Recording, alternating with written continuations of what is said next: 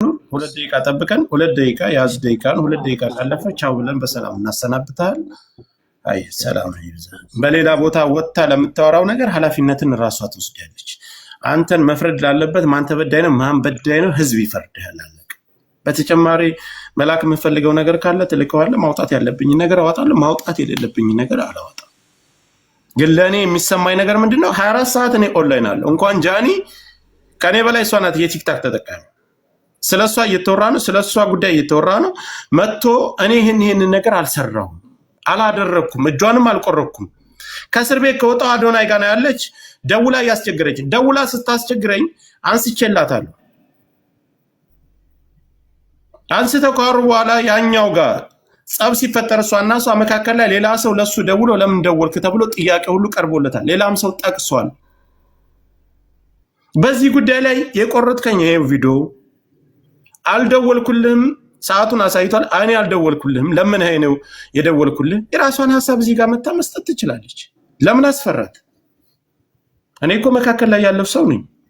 ከጆን ዳንኤል ወይም ከዛች ከቅድም ጀምሬ ዮኒ ማኛም ነበረ። ሁላቸውም ዮኒ ጋር ስለማይስማሙ ነው ያስወጣሁት። ዮኒ ምንድነው የቆየ ቪዲዮ ነው አለኝ አይደለ? ሰዓቱን አሳይ። የራሴ ፎሎወር ብቻ ይከተል በቤቴ ገብቼ አወራለሁ ከሆነ ይሄ ስህተት ነው።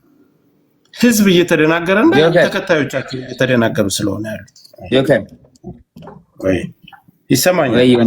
በቃ ሉጣኔ አስፈላጊ ከሆነ ልካቸዋለሁ ቪዲዮቹን አንድ ላይ ቁጭ ብለው ሲያወሩኝ ስታወራኝ ምናምን ሁሉንም የተደወልልኝም ቪዲዮንም እልክልሃለሁ። የሚያስፈልግ ከሆነ ንገረኝ፣ ከመጣሽ ደግሞ ጥራኝ፣ ደውልልኝ፣ ያለውን ነገር ላክልኝ። አንተ ጋር አልቀመጥም ብላ ሐሳብ ካላት ውረድና በሌላ በፌክ አካውንት ሆነ በምንም አይነት አካውንት በራስም ሌላ ስራ ካለ ቁጭ ብላ አድምጥ። ከመጣች አሁንም 5 ደቂቃ እንጠብቃታል፣ ትምጣ።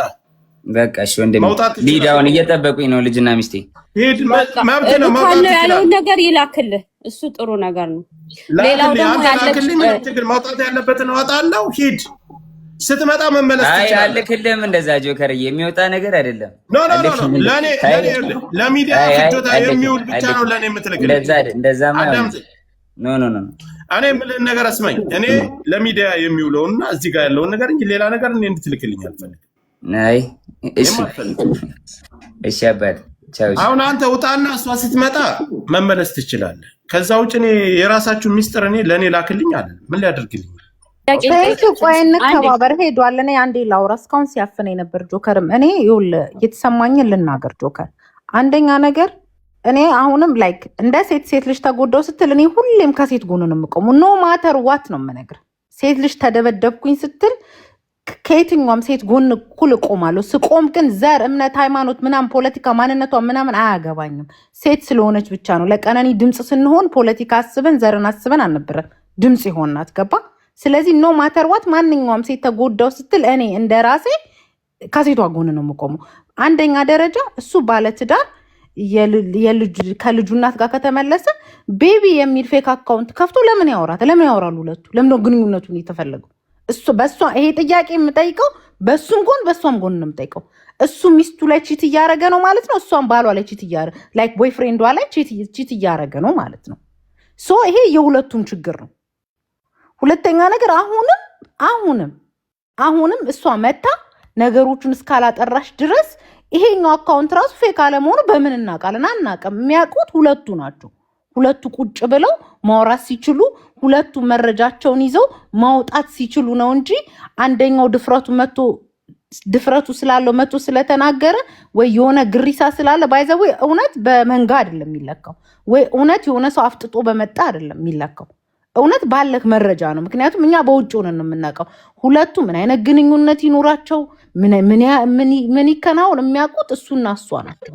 ስለዚህ አሁንም ቢሆን እኔ ስቲል ነው የምነግርህ ጆከር ቶታሊ ሮንግ የሆነው ከተለያዩ በኋላ የሁለቱ ማውራት መሳሳቅ ምናምን የሆነ ሰው ደውሎ ለምን ደወልክ መባባሉ ራሱ ሁለቱም በሁለቱም ሰዎች ላይ ቺት እያደረጉ ነው። ስለዚህ ጥፋቱን አሁንም የሁለቱም ነው የሚሆነው፣ የጃኒም የሱ እሱ ሚስት እያለው በዚህ ደረጃ በሱ ከሷ ጋር መሞዳሞድ የለት። በቃ ኤክስ እኮ ኤክስ ነው አለኛ ስናቅ ኤክሱ ነች ኤክሷ ነው።